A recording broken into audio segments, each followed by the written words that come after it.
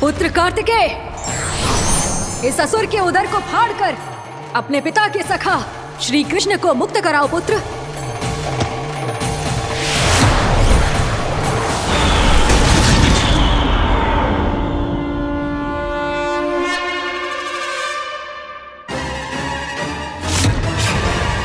मैंने कहा था तुम में से कोई भी मेरा बाल भी बांका नहीं कर पाएगा। तुम देवताओं का तो सामर्थ्य ही क्या, स्वयं देवों के देव महादेव भी मेरा कुछ नहीं बिगाड़ पाएंगे। कृष्ण को अपने उदर में ही पचा जाऊंगा मैं।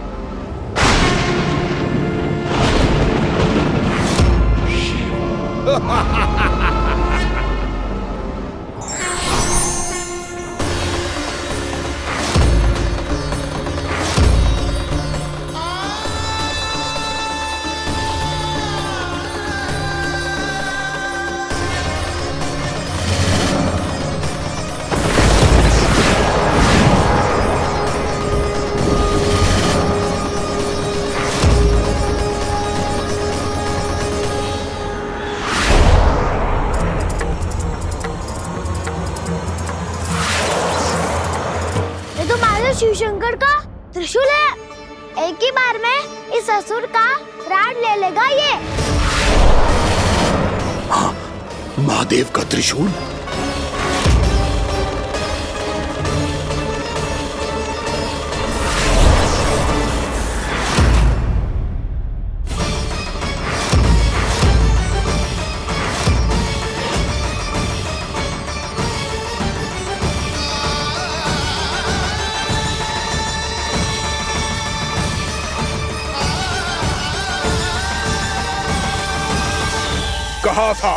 कहा था मैंने, स्वयं महादेव भी मेरा कुछ नहीं बिगाड़ सकते।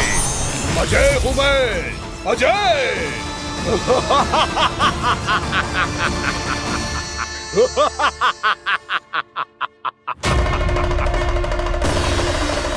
प्रभु, आपके त्रिशूल की महिमा तो अपरंपार है, तो फिर ये ठहर क्यों गया? आपने अपने त्रिशूल को वापस क्यों ले लिया महादेव? इस दुष्ट का संहार क्यों नहीं किया?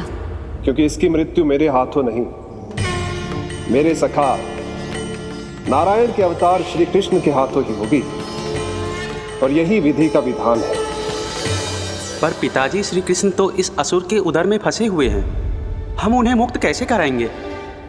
ये उन्हें स्वयं ही मुक्त करेगा पुत्र। श्री कृष्ण अपने अपमान से क्रोधित नहीं होते, पर अपने भक्तों का अपमान वो क्षण भर भी सहन नहीं कर पाते।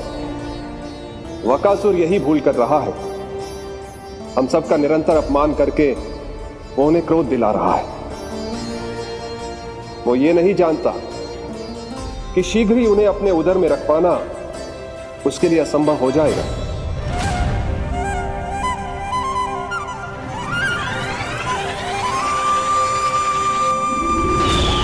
क्या हुआ महादेव, पराजित होकर भी मुस्कुरा रहे हैं? पर अब तो महादेव कहलाने के भी योग्य नहीं रहे आप। असफल देवताओं की इस अयोग्य सेना को लेकर चले जाइए यहाँ से। ना ये मेरा सामना कर सकते हैं और ना ही आप। मेरी शक्ति के सामने आप अक्षम हैं महादेव।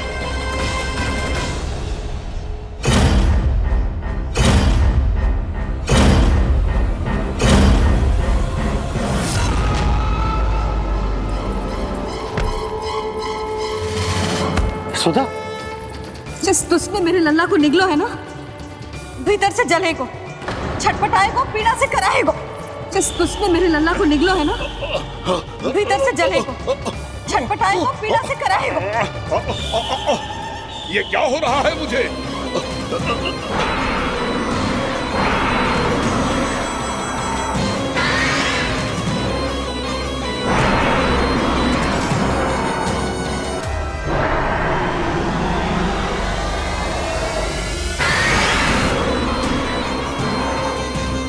मुझे ऐसा क्यों लग रहा है जैसे भीतर से जल रहा हूं मैं। ये क्या हो रहा है मुझे?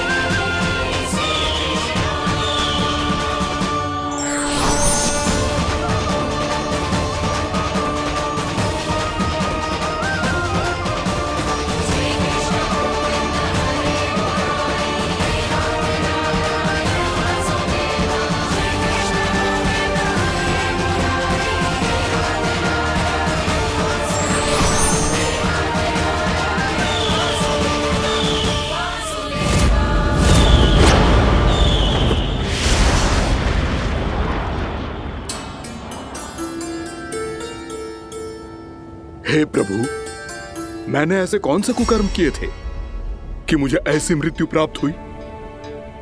और ऐसे कौन से सुकर्म किए थे कि आपके हाथों से मुझे मोक्ष प्राप्त हुआ है प्रभु? सीमी स्मरण करो, हे गिरीश की पुत्र वक्कासुर। स्मरण करो, कैसे अपने पिता की तरह अभिमान से भरे हुए थे तुम। स्मरण करो, कैसे हमें पराजित करने के लिए पूरी सृष्टि को संकट में डाल दिया था तुमने, और हमें विवश होकर पराजय स्वीकार करनी पड़ी थी। स्मरण करो, कैसे तुमने देवराज इंद्र का छत्र चुरा लिया था। पर यह सब भी पर्याप्त नहीं था वक्कासुर। तुम्हारे पापों का घड़ा तब भरा था जब तुमने देवी गंगा के जल में साधना करते हुए जजाली मुनि की तपस्या में व्यवधान डाला था।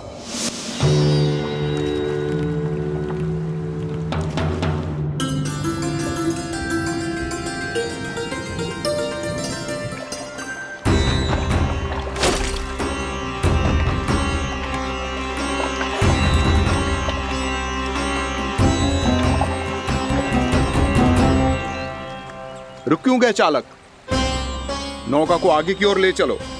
आगे बढ़ना उचित नहीं होगा महाराज।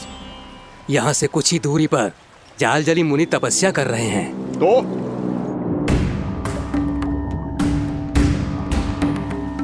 मेरे मत्स्य आखेट के क्षेत्र में इसने तपस्या करने की भूल की है।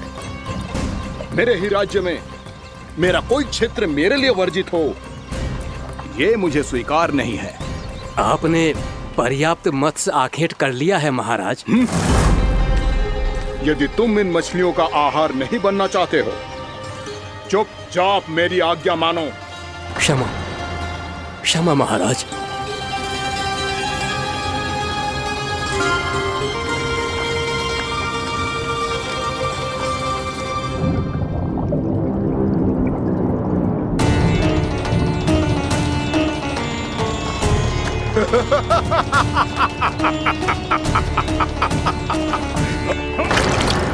मुनिवर, रक्षा कीजिए, रक्षा कीजिए मुनिवर। हमारे प्राण बचाइए मुनिवर, मुनिवर हमारे प्राण बचाइए।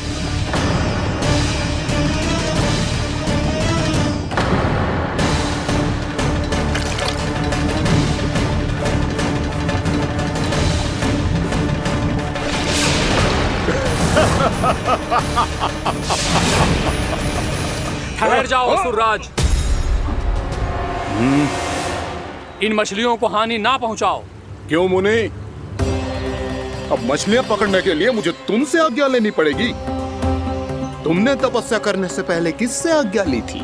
मां गंगा से, इस जल में रहने वाली सभी मछलियों से। इस उपकार के बदले इन सभी मछलियों को रक्षा करने का वचन दिया था। इसीलिए असुरराज, मैं शांति से कह रहा हूं, इस स्थान को अशुद्ध ना करो। चुपचाप यहां से चले जाओ, नहीं तो इसका परिणाम अच्छा नहीं होगा।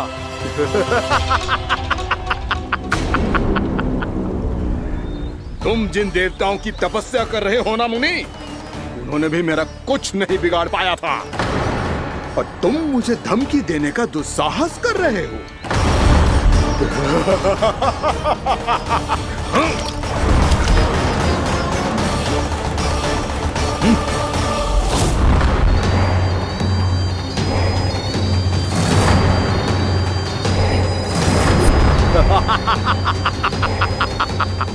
मूर्ख, विचारों से तो तू राक्षस है ही, और स्वभाव से उस बगुले की तरह है जो भूख ना होने पर भी उन निर्दोष मछलियों को आहार बनाता रहता है। इसलिए अभी इसी क्षण से तू वकुला का जीवन जिएगा। ये मेरा श्राप है, ये मेरा श्राप है।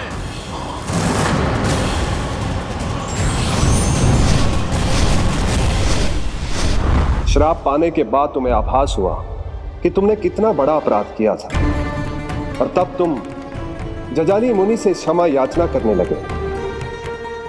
तुम्हारे अपराध बोध को जानकर मुनि श्रेष्ठ शांत हुए और उन्होंने तुम्हें वरदान दिया। श्राप से मुक्ति का एक ही मार्ग होता है असुर, पश्चाताप। तुम्हें अपने भूल का पश्चाताप है, इसीलिए मैं तुम्हें वरदान देता हूं। तुम्हें मेरे श्राप से मुक्ति अवश्य मिलेगी। स्वयं प्रभु श्री नारायण के अवतार इस बगुले के देह के बंधन से तुम्हें मुक्त करेंगे।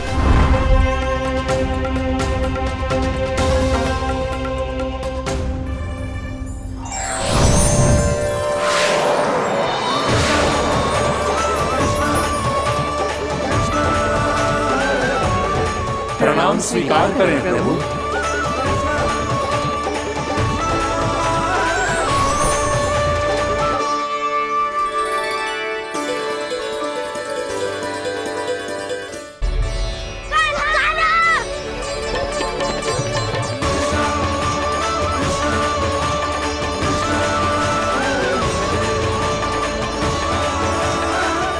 मुझे ना बताओ कि तुम सबने क्या देखा है, शायद जो देखो है, बस मैया से कछु मत ही बताना।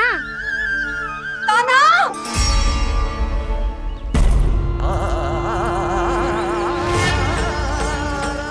कान्हा! मेरा लल्ला!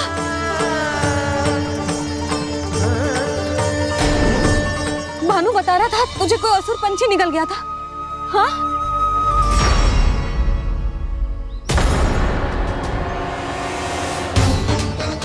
हे नारायण, ये क्या है?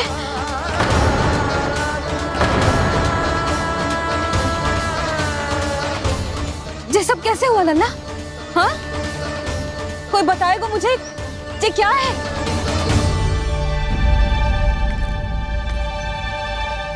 श्रीधामा, मधुमंगल, चिची को सब कुछ बता दो। ये असुर पक्षी मुझे निगलने वाला था रानी भाभी, तभी अंतिम क्षण में कान्हा ने आके मुझे बचा लियो। और ये असुर पक्षी ने कही कि यह है वृंदावन का राजकुमार, नंदराज का लल्ला। इसके होते कोई भी वृंदावन वासियों को हानि ना पहुंचा सकते।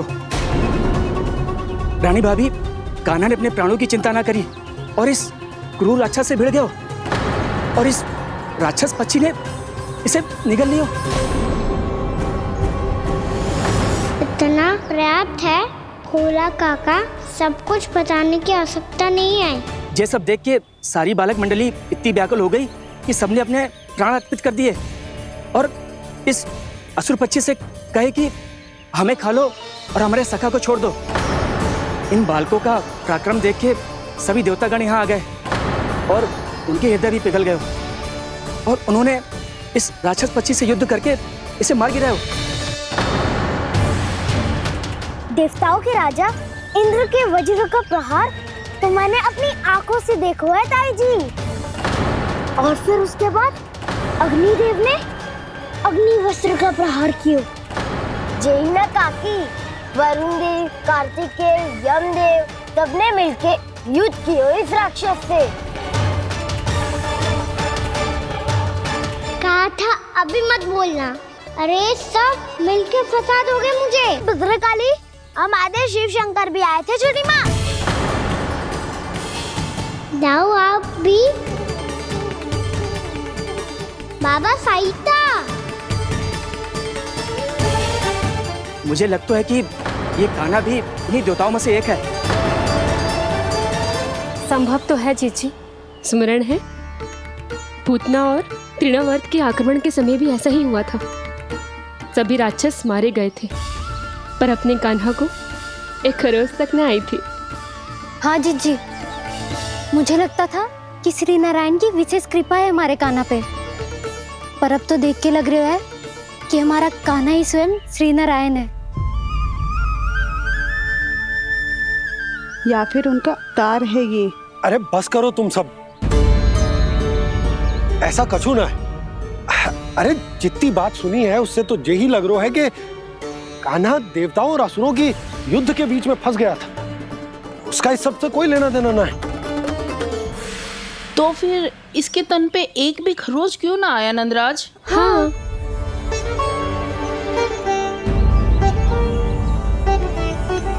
है काकी, खरच तो है। दिखा लल्ला। भैया बात भी आ रही है, कुछ करो ना। चिकोपिया भी ना अति करती है। श्री नारायण का अवतार हो तो इतनी तनिक सी खरोच पे ऐसे रो तो क्या? बस बहुत होगा। अब तो तुम सबने सीमा ही पार कर दी है। कभी से श्री नारायण बुलाते हो, कभी श्री नारायण का अवतार। तनिक कछु हो ना जाता है कि तुम सब कहानियां बुनने लगती हो। जे बस साधारण सा बालक है, मेरा लल्ला है जे, इसे भगवान मती बनाओ।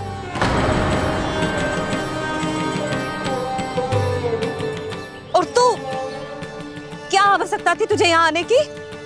हाँ, वो भी मुझे बिना बताए। मेरे से छल करके आयो है तू। अब तू घर चल, ऐसा दंड दूंगी ना कि मैया बहुत पीड़ा हो रही है। मैया बहुत पीड़ा हो रही है मैया। हाँ नन्ना, तू घर चल, मैं तुझे औषधि लगा दूंगी। हल्दी का लेप लगाऊंगी ना, झट से ठीक हो जाएगा। चल चल।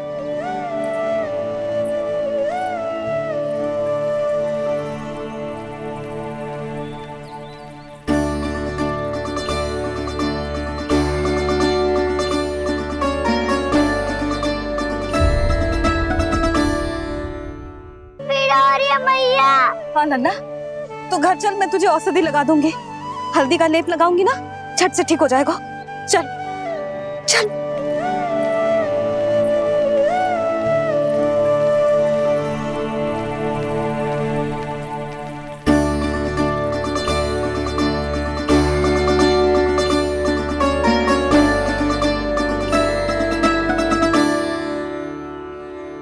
बस लल्ला बस, रो मत। चल चल चल, आजा। अभी औषधि लगाऊंगी ना, तेरी सारी पीड़ा लुप्त हो जाएगी। आजा आजा, बैठ जा लल्ला। अभी आई मैं। हाँ,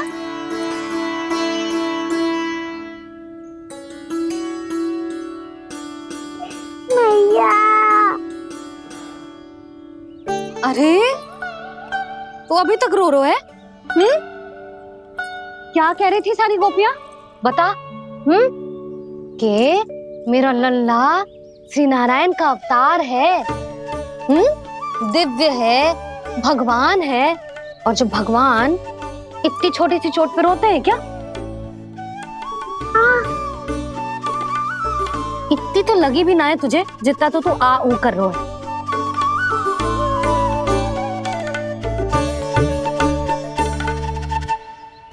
आओ ना, करूंगो। आप ऐसा दुलार थोड़ी करोगी। ओहो, वृंदावन का गौपालक जे इतनी छोटी सी चोट पे रोता है ना? गोप बालकों का मुखिया इतनी छोटी सी चोट पे रोता है? मेरा लल्ला तो सबसे शक्तिशाली है। जे इतनी छोटी सी चोट तो क्या, बड़े बड़े राक्षसों से भी ना घबराता है। हाँ, एक बार में सबको समाप्त कर देता है कि ना? हाँ मैया, यदि कोई राक्षस वृंदावन की ओर तेरी दृष्टि करके आएगा, तो सबसे पहले कान्हा को सुरक्षा में खड़ा पाएगा। फिर चाहे जो बाल बन के आए या बगुला बन के।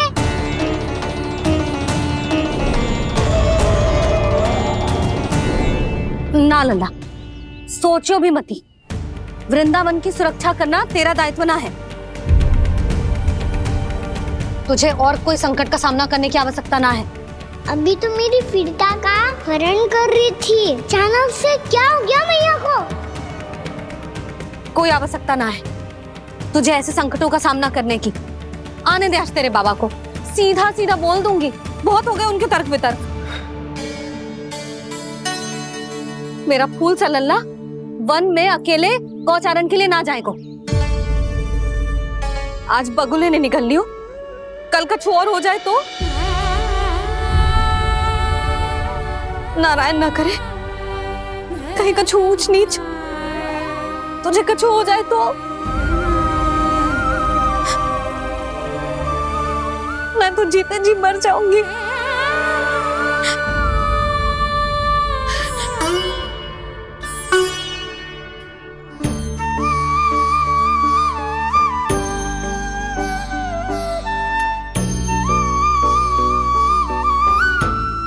लल्ला की वीर मैया इतनी से बात तो रोती है क्या? क्या करूं कान्हा, तुझे ऐसे बार बार संकट के मुंह में जाते हुए ना देख सकती मैं। तो फिर मैया मैं वचन देता हूँ, आज के बाद मैं गौचारण के लिए तभी जाऊंगा जब आप आज्ञा दोगी। पक्का? छल ना करेगा ना मेरे साथ? मैंने कब छल करो मैया? अच्छा ठीक है, ना करूँगा छल। यदि आपसे पूछे बिना बाहर निकलो तो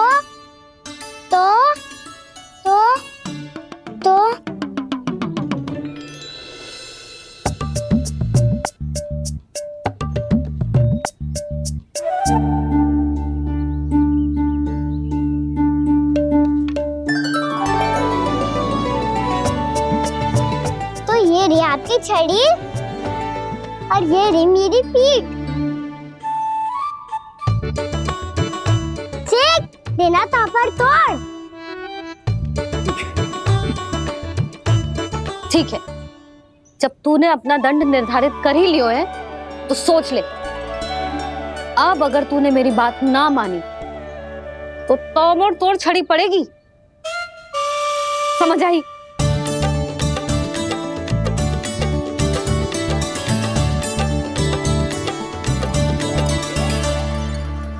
अच्छा ही है कि कान्हा कुछ दिन घर ही रहे। आज वन में जो हुआ है अवश्य कंस ने ही करवाए हुए वो सब।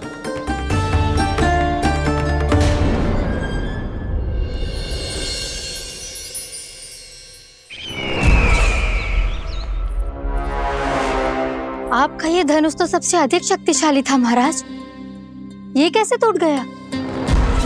कहीं ये बकासुर की पराजय का संकेत तो?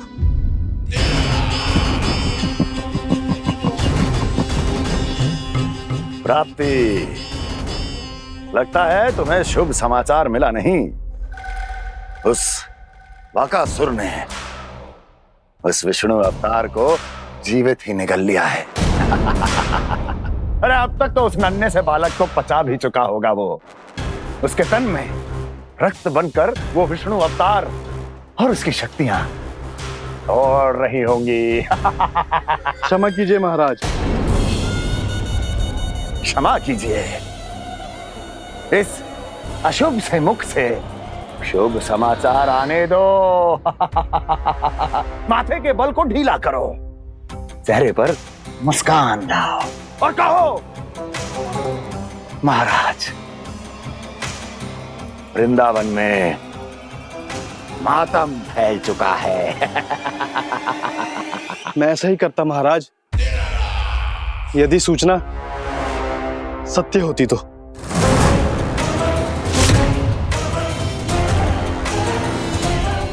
कहना क्या चाहते हो? एक क्षण में सूचना उगलो, अन्यथा मेरा योद्धा बकासुर विष्णु अवतार की तरह तुम्हें भी जीवित निकल जाएगा। आने दो। बकासुर मारा गया महाराज, बकासुर मारा गया महाराज, बकासुर मारा गया। बकासुर मर चुका है? असंभव। असंभव।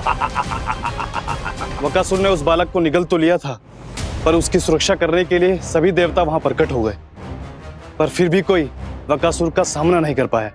और फिर क्या हुआ? वो बालक स्वयं ही बकासुर के उदर से बाहर आ गया और उसकी चोंच तोड़कर उसकी हत्या कर दी।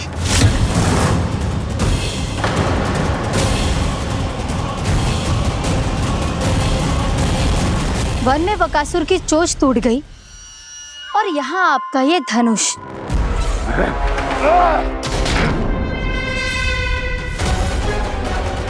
केवल नहीं टूटा तो आपका ये भ्रम महाराज। क्षमा कीजिएगा महाराज, आपका भ्रम टूटना आवश्यक है।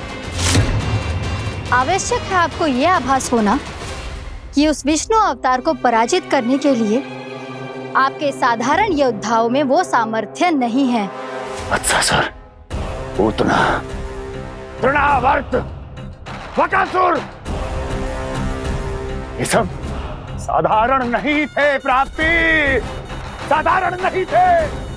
फिर तो ये और भी अधिक चिंता का विषय है महाराज, क्योंकि इसका अर्थ तो यही हुआ कि वो विष्णु अवतार कुछ अधिक ही असाधारण है और उसका सामना करने के लिए और उसे मिट्टी में मिलाने के लिए आपको एक ऐसे अस्त्र की आवश्यकता है जो उसके सामने ना झुके और ना ही टूटे।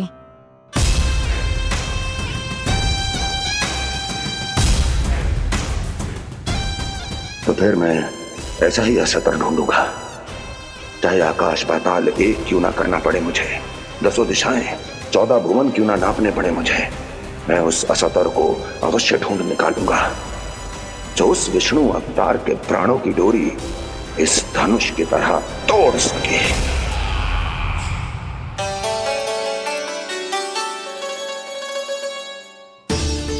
थैंक्स पापा, मैंने मैया को वचन दिया है कि जब तक नहीं चाहेंगी मैं वन नहीं जाऊंगा, इसलिए आप मुझे मारने के लिए कोई शक्तिशाली असुर ढूंढने में व्यस्त रहो। कुछ दिन तब तक मैं व्यस्त रहूंगा अपनी मैया की सेवा करने में।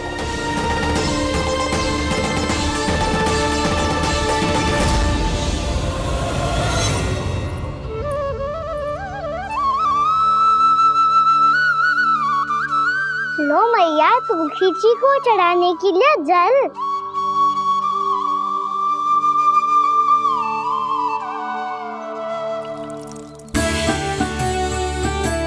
लो मैया, और आटा।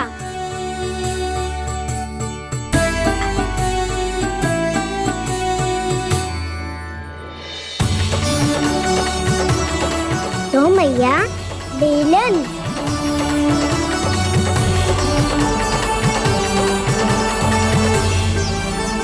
ले तनी खा ले। ओ मैया, भूख ना लगी है।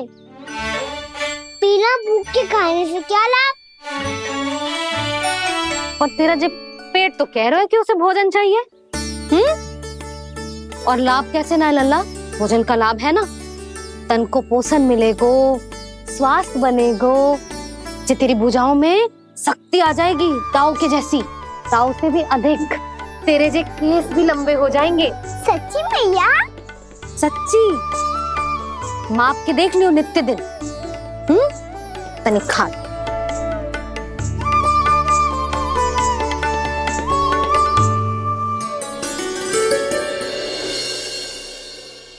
मान के मैया का कहना, छक के भोजन खाते हैं,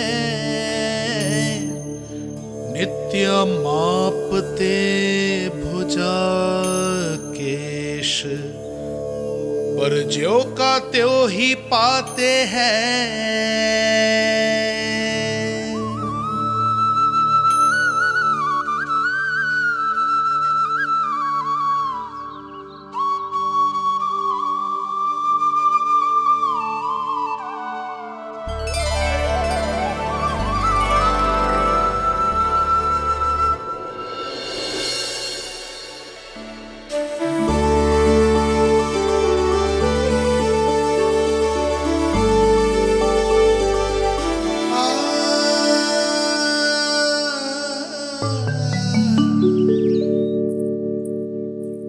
ले लल्ला, फल खा ले। ना, मुझे ना खाने फल वल। क्यों? लंबे केस और शक्तिशाली भुजाएं ना चाहिए? व्यर्थ है ये सब। पिछले 10 दिनों से देख रहा हूँ, ना केस लंबे हुए हैं, ना भुजाएं शक्तिशाली बनी है। 10 दिन में का चुनाव होने वाला, 10 सप्ताह ऐसे खाएगो ना, तब जाके कछु बदलाव दिखेगो। समझ आई? चल अब खा ले। वैसे भी मुझे बहुत सारी तैयारियां करनी है आज। इसीलिए भैया, एकादशी के व्रत के लिए लल्ला। सुनो जी, सारी सामग्री आ गई? हाँ, तुमने जो कही थी सब ले आए हूँ।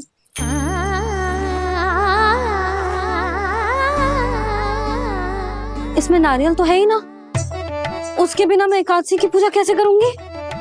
यशोदा, मैंने भोला से कह दिया, वो लेकर आते ही होगो, घबराओ मत। कैसे ना घबराओ जी, आपको पता है ना एकादशी का व्रत मेरे लिए कितना महत्वपूर्ण है। पतो है।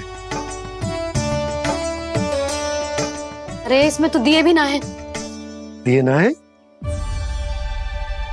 अब मैं अभी लेकर आता आप रहने दो, मैं ही लेके आती हूँ। भक्त भोला राम के यहाँ से है। भक्त भोला राम? मेरा अर्थ है कुमार भोला यहाँ के यहाँ से। हाँ हाँ वो ही।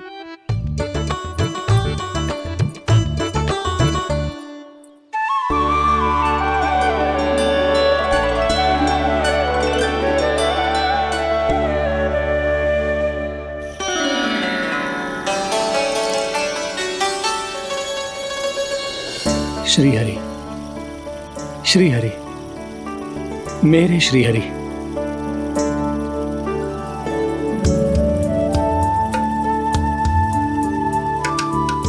मेरे श्री हरि।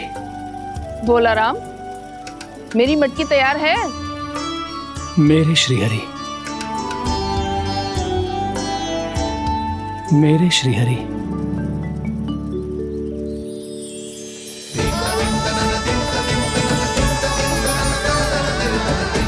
भोला राम,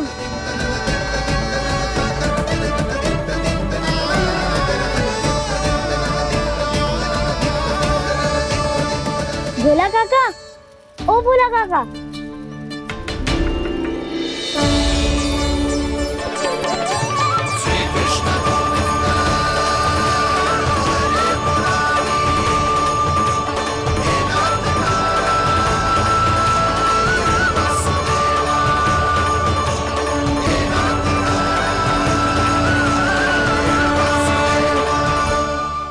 श्री हरि प्रसन्न हो गए। मेरे श्री हरि आ गए, मेरे भगवान आ गए। मेरे श्री हरि आ गए, मेरे भगवान आ गए। मेरे श्री हरि आ गए, मेरे भगवान आ गए। मेरे श्री हरि आ गए, मेरे भगवान आ गए। मेरे भगवान आ गए, मेरे घर मेरे भगवान आ गए।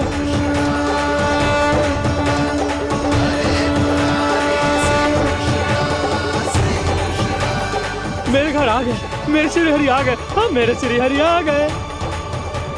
ये तो बावले थे ही, अब बालकन को भी साथ में मिला लिए। उज्जवल क्या कर रहा है? अरे ठहर जा भोला।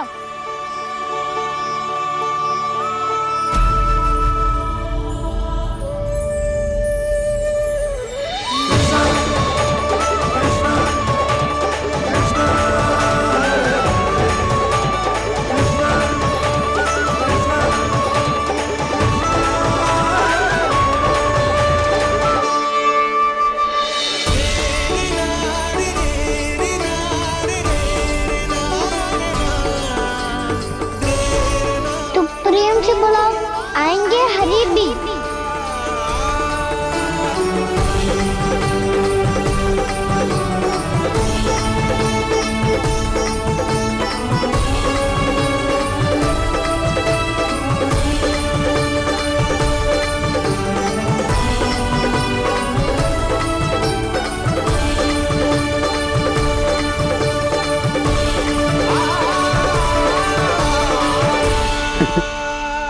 क्या वो गाना?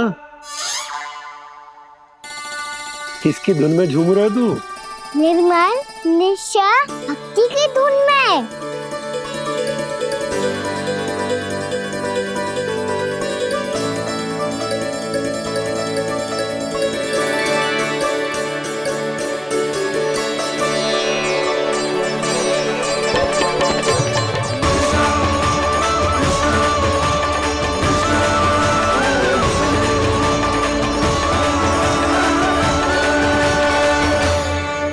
अरे क्या हो गया इन्हें? बावले हो गए हैं क्या? ठहरो, कोई आवश्यकता ना है ऐसे बावलों की तरह नाचने की।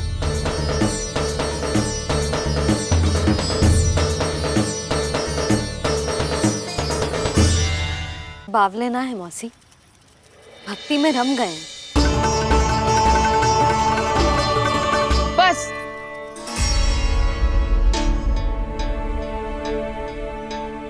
हम सब कब से खड़े हैं यहाँ, पर तुम्हें कुछ ध्यान ही ना है।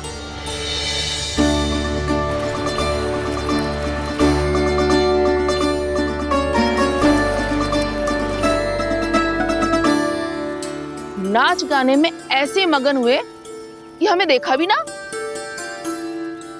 मुझे नाचते हुए देख मेरे श्री हरि को इतना आनंद आ रहा था कि मैं अपने आप को रोक नहीं सका।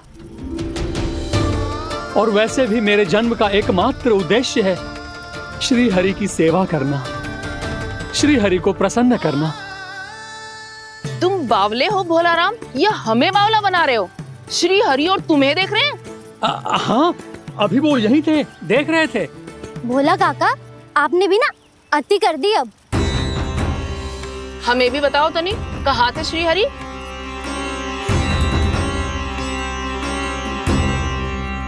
ना जाने अपना उपहास करवाने में क्या आनंद आता है इन्हें।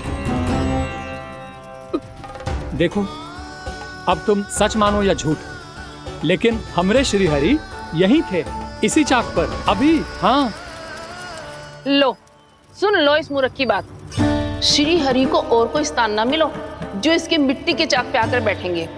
श्री हरि को और कोई स्थान ना मिलो जो इसके मिट्टी के चाक पे आकर बैठेंगे। श्री हरि को और कोई स्थान ना मिलो जो इसके मिट्टी के चाक पे आकर बैठेंगे। जैसी मैया भैंसो ही लल्ला, दोनों का कुछ पता ही ना चलतो, कब किस बात पर प्रसन्न हो जाए और किस बात पर रुष्ट। अरे मैं भला असत्य क्यों बोलूंगा? अभी अभी यही थे श्री हरि। हाँ,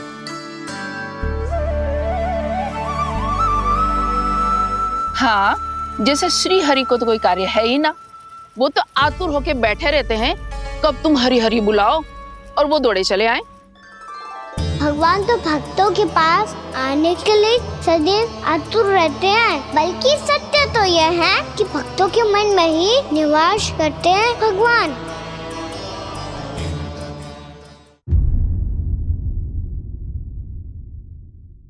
मैं भला असत्य क्यों बोलूंगा?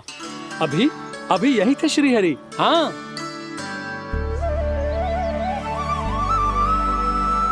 हाँ, जैसे श्री हरि को तो कोई कार्य है ही ना, वो तो आतुर होके बैठे रहते हैं कब तुम हरि हरि बुलाओ और वो दौड़े चले आए।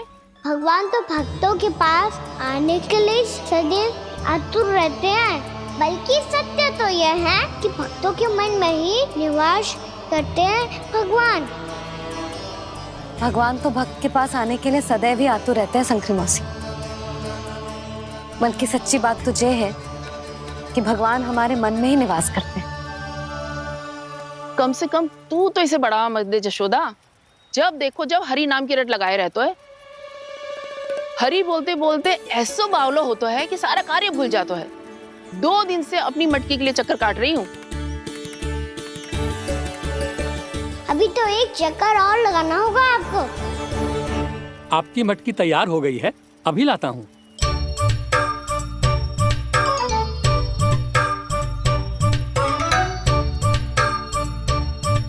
लो जी मटकी।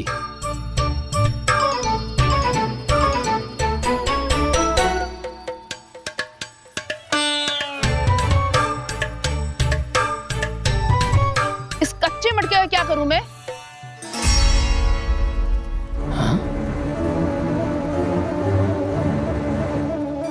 पर इसे तो मैंने भट्टी में पकाया था। अब तू ही देख ले कितना ध्यान रहता है इस कार्य पे। और कह तो है कि श्री हरि आते हैं इससे मिलने। हाँ, आते हैं और आगे भी आएंगे हमारे श्री हरि हमसे मिलने। और आके मोक्ष देंगे, है ना? मांगूंगा तो मोक्ष भी दे देंगे, मांगूंगा तो मोक्ष भी दे देंगे, मांगूंगा तो मोक्ष भी दे देंगे। अभी तो ये बता कि तू मुझे मेरी मटकी कब देगो? और मेरी मांग कब पूरी करोगी भोलाराम जी? मेरो घड़ा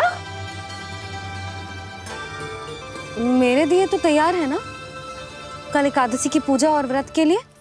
एकादशी का व्रत? हाँ, एकादशी का व्रत। इसे करने से श्री हरि बहुत प्रसन्न होते हैं। अच्छा, फिर तो अभी लाया।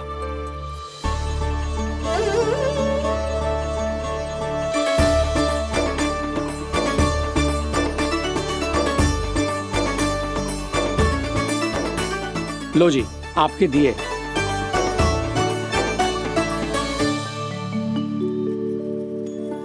और जो हमने मांगा है वो? बाकी सब शेष द्वादशी के दिन मिलेगा, क्योंकि कल मैं भी एकादशी का व्रत रखूंगा, क्योंकि कल मैं भी एकादशी का व्रत रखूंगा, क्योंकि कल मैं भी एकादशी का व्रत रखूंगा।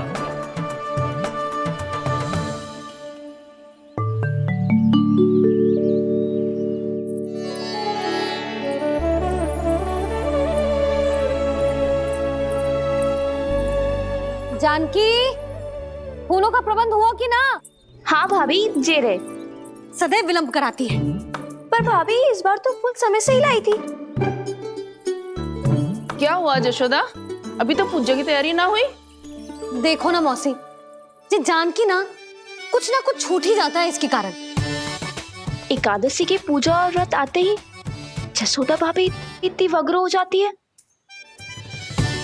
ऐसो क्या हो गो इस पूजा में?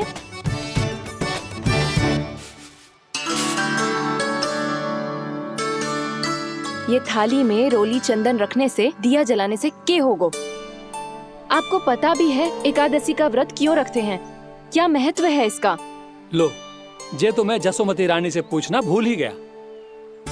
पर हाँ भगवान, मेरे लिए इतना ही पर्याप्त है कि इस व्रत को रखने से मेरे श्रीहरि हमसे प्रसन्न हो जाएंगे।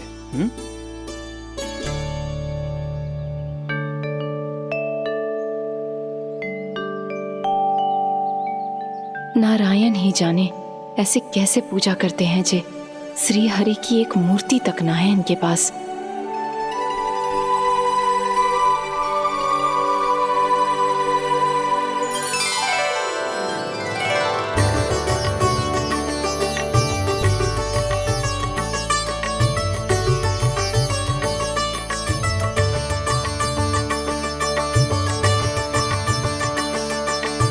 प्रभु, न तो मेरे पास मूर्ति है और ना तो इस व्रत के विधि विधान के बारे में मुझे जानकारी है, और ना ही मुझे इसके महत्व के बारे में जानकारी है, पर फिर भी मैं करना चाहता हूं।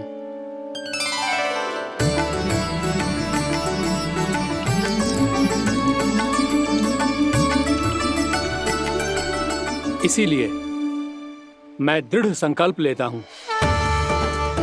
पूरी निष्ठा के साथ, श्रद्धा के साथ और पूरी आस्था के साथ मैं इस व्रत को संपन्न करूंगा।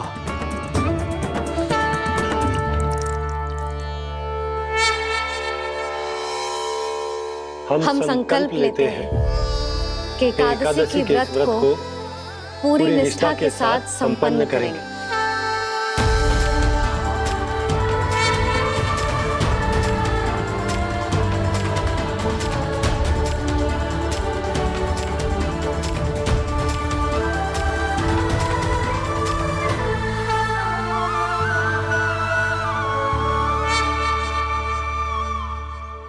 तुलसी जी के पत्ते तो हैं ही ना। श्री नारायण को तुलसी जी के पत्ते के बिना भोग ना चढ़तो है। जानकी, तुलसी के पत्ते कहाँ हैं? भाभी, मैं तो कब से यही पूछना चाह रही थी कि तुलसी के पत्ते लाऊं क्या, पर आप तो व्यस्त थी ना। तुझे कितनी बार समझाओ है ना, यदि तेरे कछु करने से किसी और की कोई हानि ना हो रही हो या किसी के अच्छे कार्य में सहायता हो रही हो तो मुझसे आज्ञा लेने की आवश्यकता ना है। समझ गई भाभी, आगे से जाना उनको। ले अभी लेकर आती हूँ।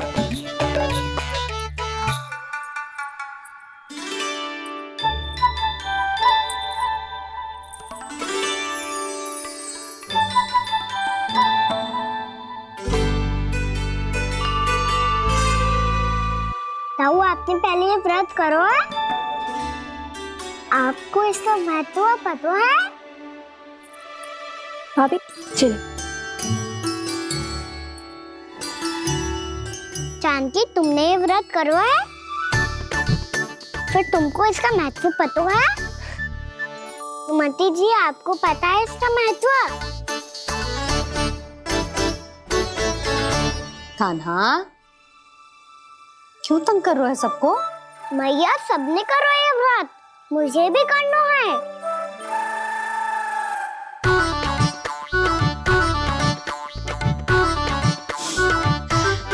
ये व्रत केवल बड़ों के लिए होती है लल्ला। जब आप ये व्रत कर सकती हो, बाबा कर सकते हैं, ये सारी गोपियां कर सकते हैं, वो भी कर सकते हैं, तो मैं क्यों ना कर सकता? क्योंकि तू कल तक भूखा ना रह पाएगो लल्ला। जब भक्त रह सकते हैं, फिर मैं क्यों नहीं रह सकता? मेरा अर्थ है कि नारायण के भक्त मैया, मैया मान जाओ ना, मुझे करने दो ना ये व्रत। अपनी लल्ला पे आप विश्वास ना है आपको? विश्वास है। अच्छा ठीक है, तू भी कर ले।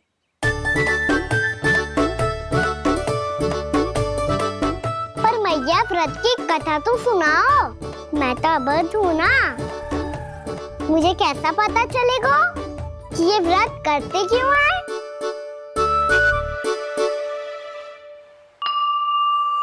प्रभु, मुझ अबोध को कैसे पता चलेगा कि इस व्रत का क्या विधि विधान होता है और क्यों रखा जाता है और इसका महत्व क्या होता है? मुझे तो आप ही बता सकते हैं प्रभु। जब व्रत कर रहे हैं तब उसका महत्व भी पता होना चाहिए ना। बताओ ना मैया, क्यों रखते एकादशी का व्रत? इसके लिए तो तुझे एकादशी की कथा सुननी होगी। सुनेगो ना?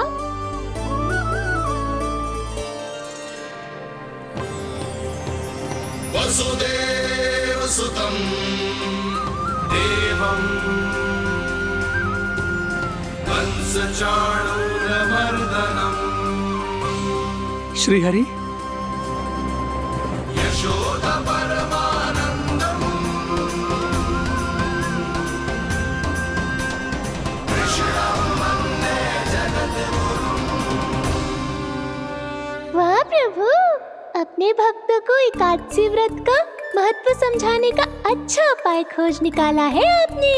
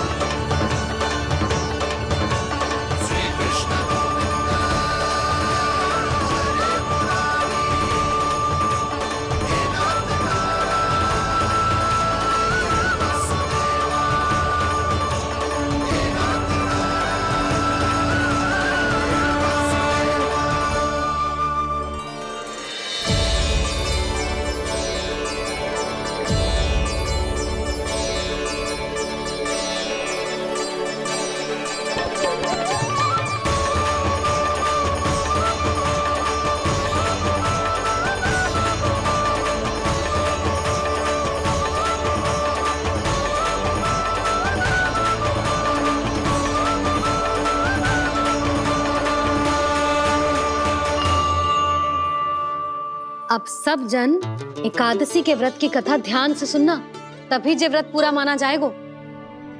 समझो लल्ला?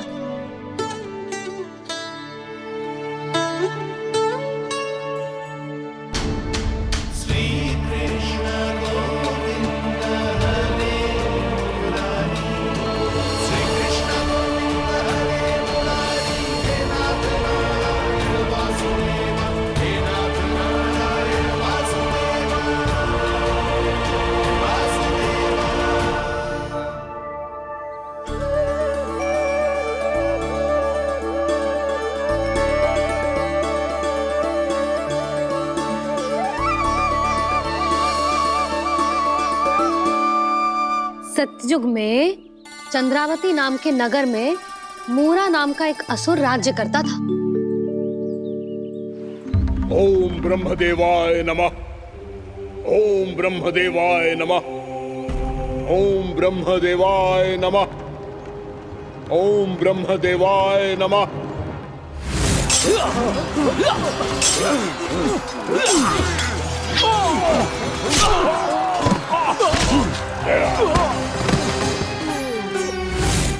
ओम ब्रह्मदेवाय नमः। ओम ब्रह्मदेवाय नमः। जब उसने देवताओं के हाथों असुरों की पराजय देखी, तब वो वरदान पाने के उद्देश्य से ब्रह्मा जी की तपस्या करने चला गो।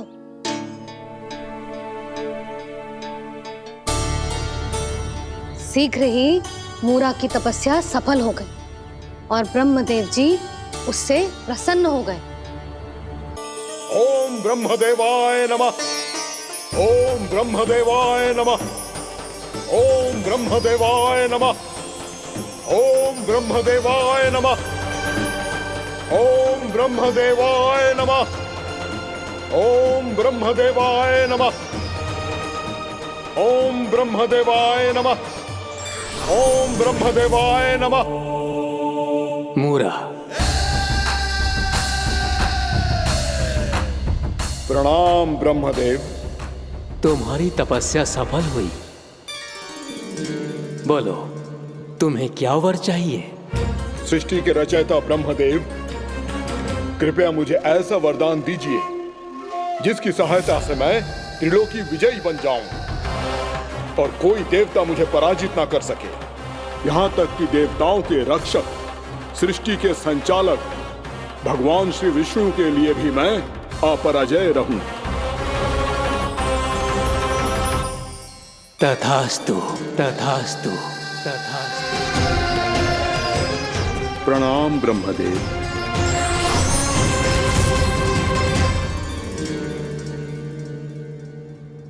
ऐसा वरदान पाकर मूरा बहुत अभिमानी होगा।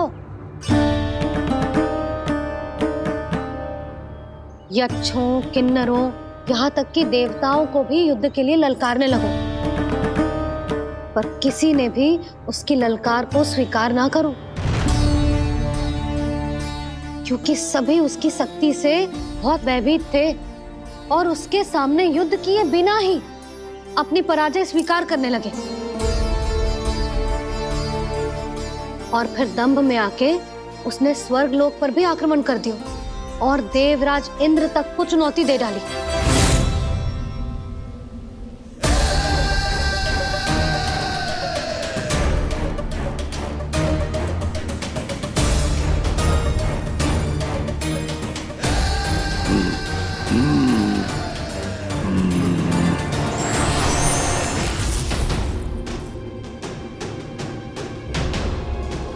मैं प्रतीक्षा कर रहा हूं देवराज, क्या उत्तर है तुम्हारा? मुझसे युद्ध करोगे या फिर बिना लड़े ही पराजय स्वीकार कर मेरे अधीन हो जाओगे और सौंप दोगे मुझे अपना ये स्वर्ग लोक? सारी शक्ति तुम्हारे मुख में है या कुछ बाहुबल भी है तुम्हारे पास? मैं तुम्हारी चुनौती स्वीकार करता हूं मूरा, मैं तुम्हारी चुनौती स्वीकार करता हूं मूरा।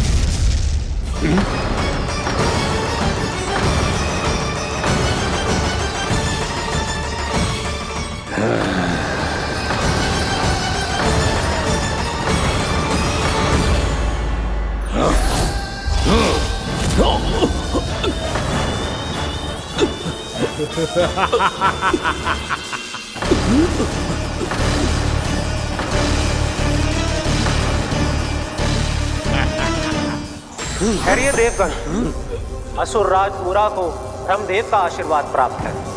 आप में से कोई भी इन्हें पराजित नहीं कर पाएगा।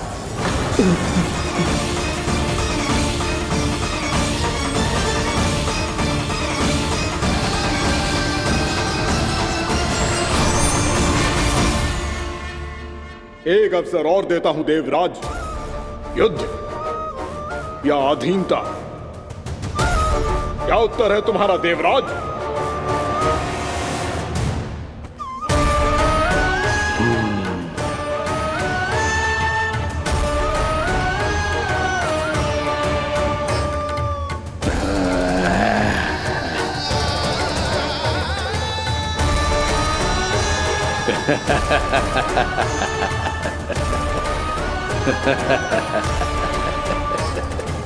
इंद्र और सभी देवताओं ने मूरा के आतंक में आके उससे भयभीत होके अपना सिंहासन छोड़ दियो।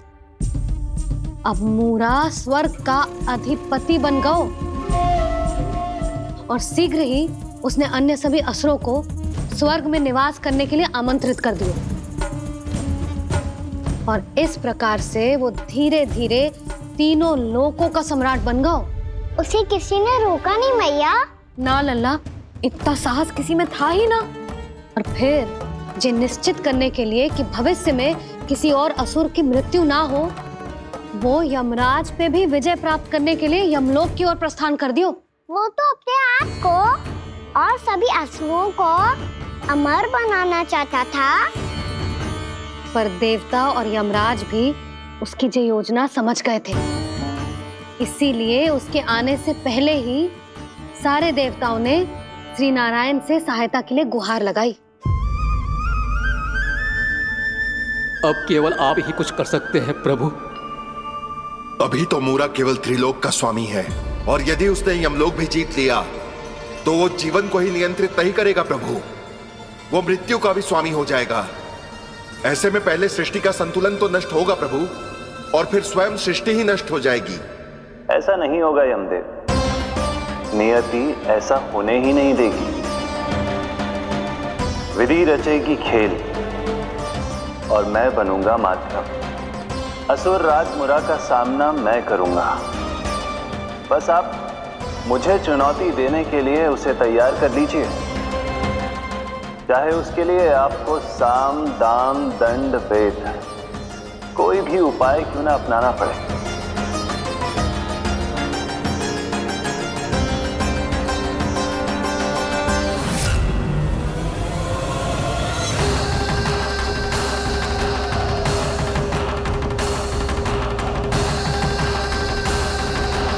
आप तो मेरी प्रतीक्षा में पहले से ही खड़े हैं यमदेव। तब तो आपने मेरी चुनौती के बारे में भी सुना ही होगा। कहिए, क्या उत्तर है आपका? मेरा स्वागत करके अपना राज्य त्यागेंगे या मेरा सामना करके अपने प्राण? असुर राज मुरा का सामना मैं करूंगा। बस आप मुझे चुनौती देने के लिए उसे तैयार कर लीजिए, चाहे उसके लिए आपको साम दाम दंड भेद कोई भी उपाय क्यों ना अपनाना पड़े।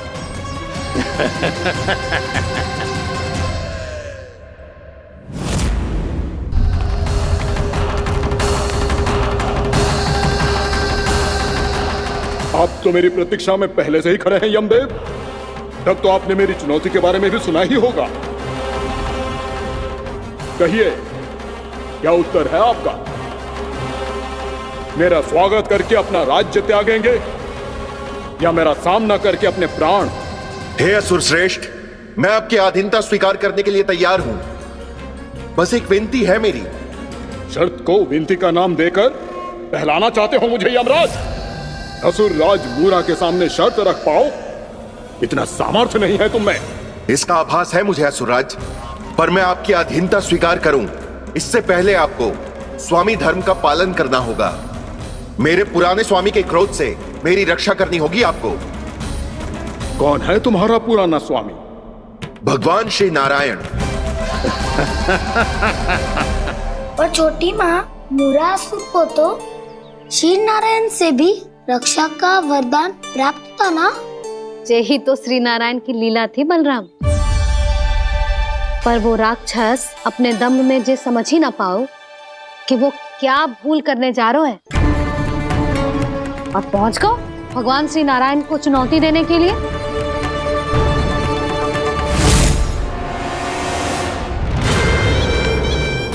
वहीं ठहर जाओ असुर राज मुरा।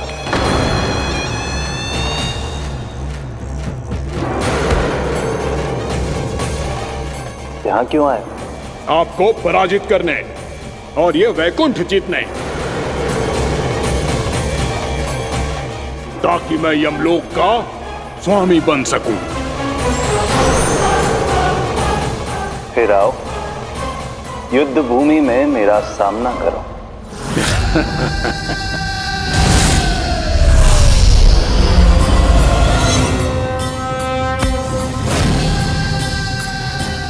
ये नहीं जानते कि इनसे ना हारने का वरदान तो मैं पहले ही प्राप्त कर चुका हूँ। इसलिए युद्ध ठीक से आरंभ हो पाए उससे पहले ही इन्हें जीत लूंगा मैं।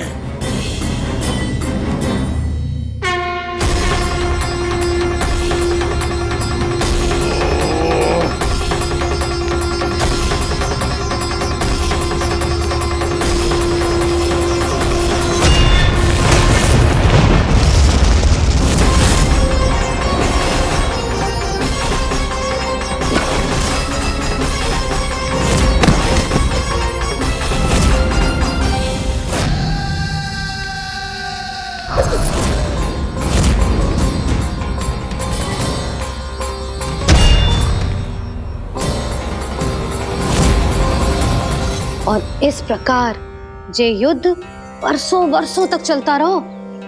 दोनों योद्धा पूरे ब्रह्मांड में अनेक अस्त्रों शस्त्रों के साथ युद्ध करते रहे।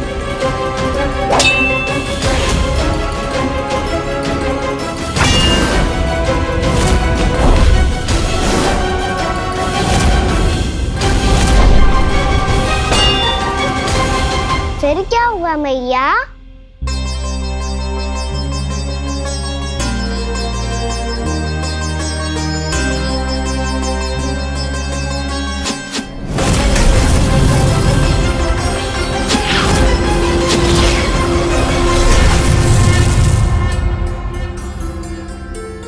उस युद्ध को कभी समाप्त हुआ हो, पर कैसे? शीघ्र ही वो राक्षस थक गौ लल्ला।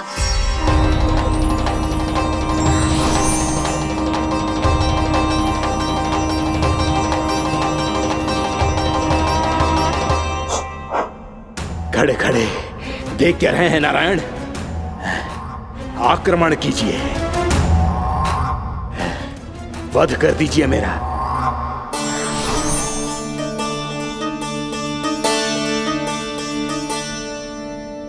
मैं तुम्हारी वीरता से प्रभावित हूं, इसीलिए इतनी थकान की स्थिति में मैं तुम जैसे वीर पर आक्रमण नहीं करूंगा। जाओ विश्राम करो। यदि फिर से युद्ध करने की इच्छा हो तो तुम्हारा स्वागत होगा।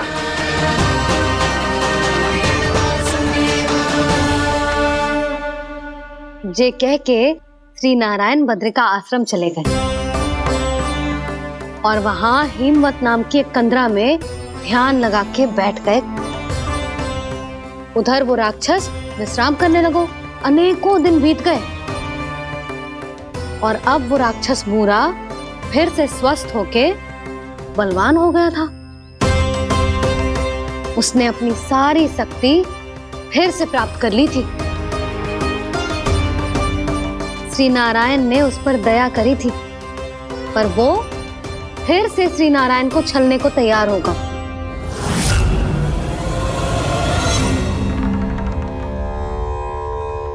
ध्यान में बैठे बैठे श्री नारायण योग निद्रा में चले गए, पर दुष्ट मूरा इसी अवसर का लाभ उठा के उनकी कंदरा में घुस आयो ताकि वो सोते हुए श्री नारायण पे आक्रमण कर सके।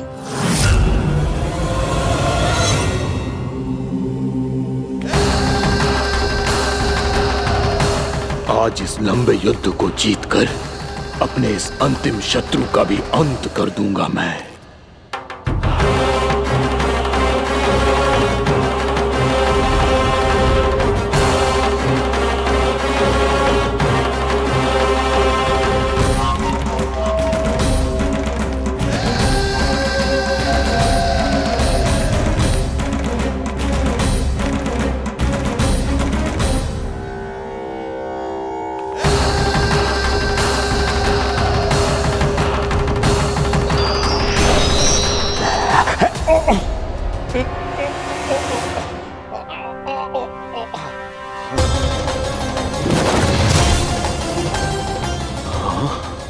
दुष्ट राक्षस,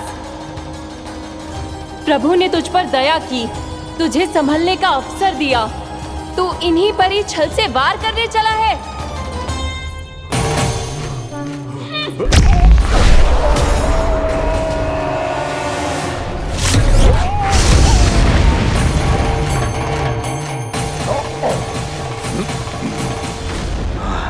मैं अजय हूँ, मुझे कोई पराजित नहीं कर सकता। ब्रह्मा का वरदान है मुझे।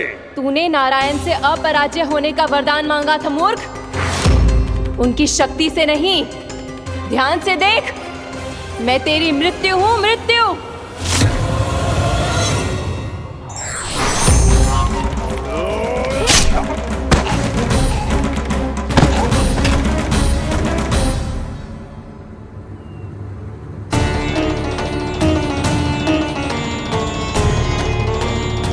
वो देवी कौन थी छोटी माँ?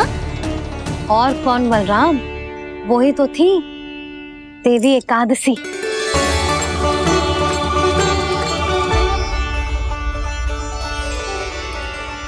मुझे क्षमा कीजिए प्रभु, आपकी आज्ञा के बिना ही युद्ध करके आपके शत्रु को मृत्यु के घाट उतार दिया।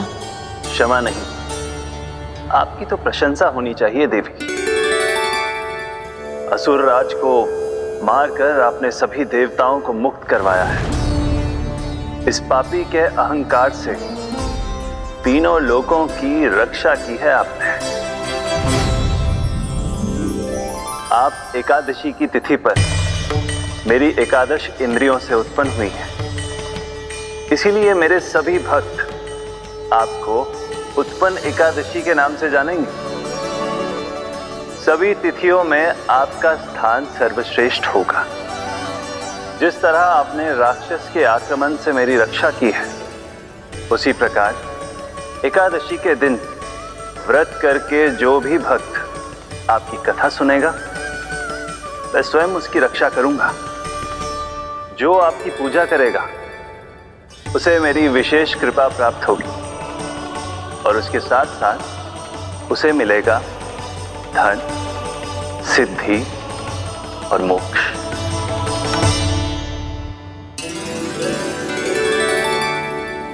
इसीलिए आज के दिन व्रत रखने का बहुत अधिक महत्व होता है। बोलो एकादशी मैया की जय। बोलो श्री नारायण भगवान की जय।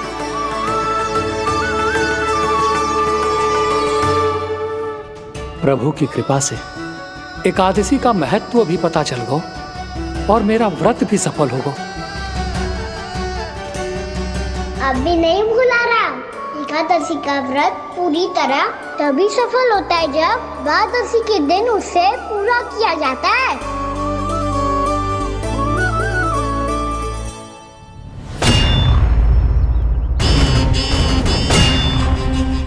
आवश्यक है आपको यह आभास होना कि उस विष्णु अवतार को पराजित करने के लिए आपके साधारण योद्धाओं में वो सामर्थ्य नहीं है। वो विष्णु अवतार कुछ अधिक ही असाधारण है।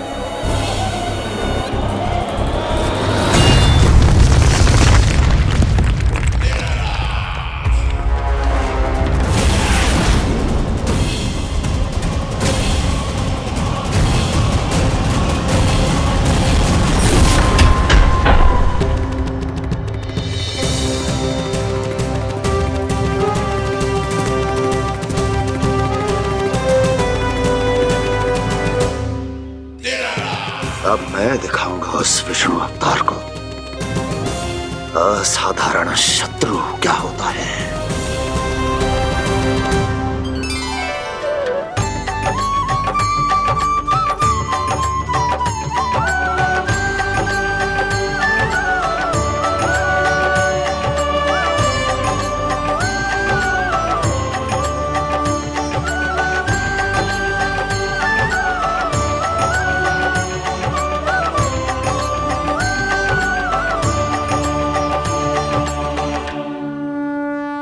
मामा अधीर हो रहे हैं, पर मैया ने मुझे अभी तक बाहर जाने की आज्ञा नहीं दी है। अभी उन्हें किसी और राक्षस को यहाँ भेजने से रोकने के लिए मुझे ही कुछ करना होगा।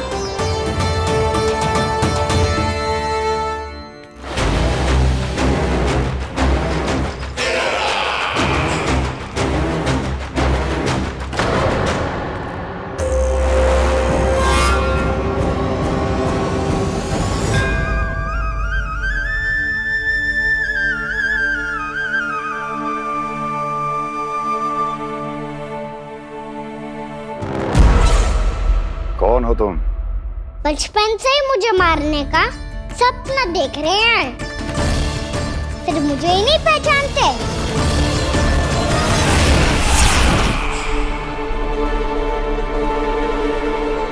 बचपन से विष्णु अवतार। कोई कान्हा बुलाता है तो कोई मुरलीधर पुकारता है, कोई माखन चोर कहता है, कोई कहता है चिच्चोर। पर विष्णु अवतार इस नाम से तो बस आप ही मुझे बुलाते हो मामा जी।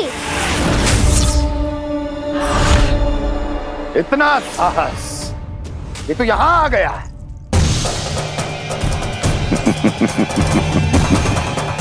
यहाँ आ तो गया तू विष्णु अवतार, किंतु यहाँ से जीवित नहीं जाएगा। तेरे इस शीश को तेरे धड़ से अलग कर दूंगा मैं।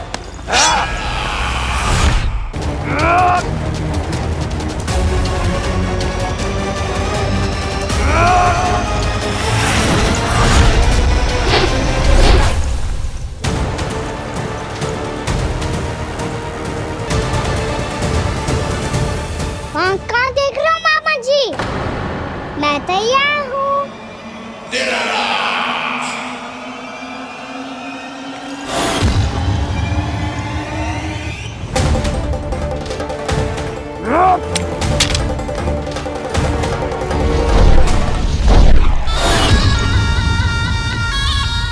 मामा जी, आप सदैव इसी तरह क्रोध में रहते हो क्या?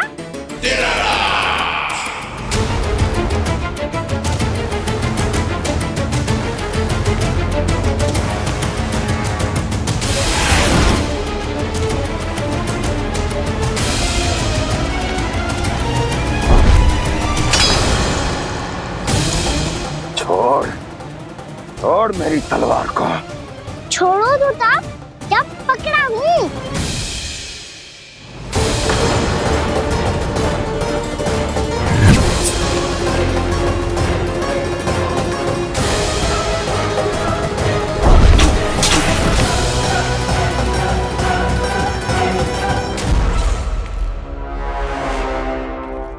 मामा जी,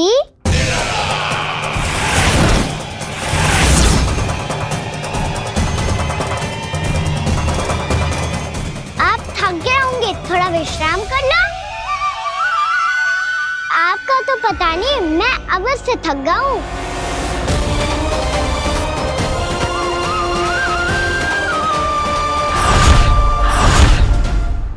मेरे सिंहासन पर बैठने का तू साहस? अभी तो बस अभ्यास कर रहा था मामा जी। भविष्य में मुझे तो बैठना है यहाँ। आपने बल प्रयोग करके से अपने पिताजी से छीना था, मैं आपसे छीन लूंगा। जो छल और बल से लिया जाए वो अधिक समय तक टिकता नहीं है मामा जी।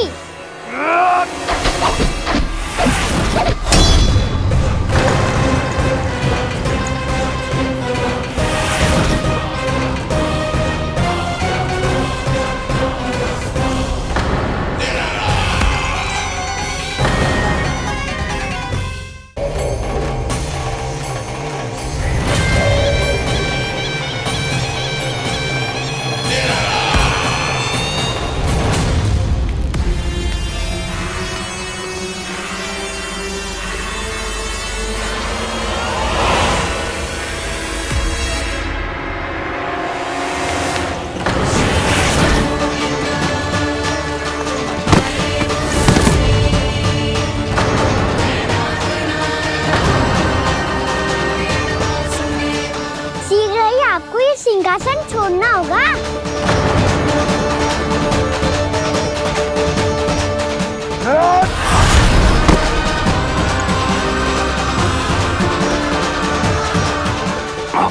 वो मेरा सिंहासन छीनना चाहता है। वो आ रहा है, वो आ रहा है। सैनिकों, दुर्जन, बंद कर दो सभी द्वार और झरोके। सब के सब इसकी हर संभावना पर इतना कड़ा पहरा बिठा दो कि ना तो कोई महल के भीतर आ सके ना तो बाहर जा सके। मुझे महल की चप्पे चप्पे की सूचना चाहिए। जाओ।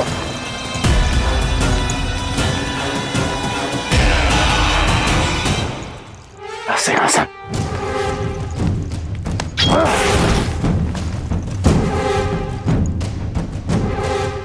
अब आ दुष्ट मायावी, ए छलिया विष्णु अवतार, मैं कंस तेरी प्रतीक्षा कर रहा हूं। देखता हूं मेरे सिंहासन पर कैसे बैठता है तू। मुझे तो बस कुछ समय चाहिए था, वो मिल गया। अब करते रहिए आप प्रतीक्षा।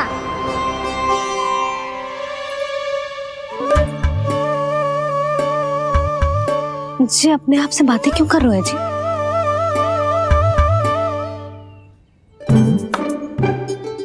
आप मुस्कुरा क्यों रहे हो? ना कछु ना। बताओ क्यों मुस्कुरा रहे हो? तुम्हीं पर गए हैं जी। जब तुम व्रत करती हो तो तुम भी ऐसा ही करती हो। इसी प्रकार भूख अधिक लगने पर अपना ध्यान भटकाने के लिए स्वयं से ही बड़बड़ाती रहती। होगा। आपको तो बस मेरा उपहास उड़ाने के लिए बहाना चाहिए।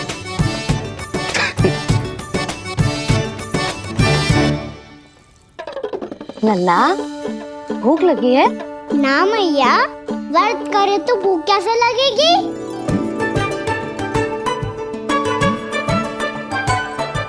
यदि लगी हो तो छोटे बालकों को थोड़ी बहुत भूल चूक क्षमा होती है। कछु ना तो फल तो तू खा ही सकते है। अब तो पूरे नियम और विधि विधान से व्रत तोड़ूंगा। कल द्वादशी के सुबह मुहूर्त के अनुसार। ठीक।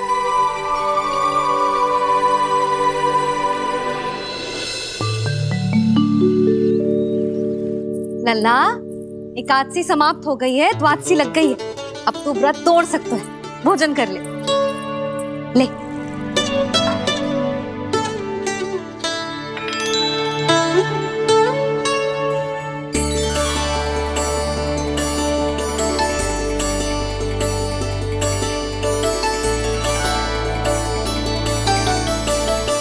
आज तो कार्य कर लीजिएगा। मैं ना चाहती कि सब गांव वाले फिर से आपका उपहास उड़ाएं। अरे इसी क्षण कार्य आरंभ करना आवश्यक ना है। कुछ खा तो लो।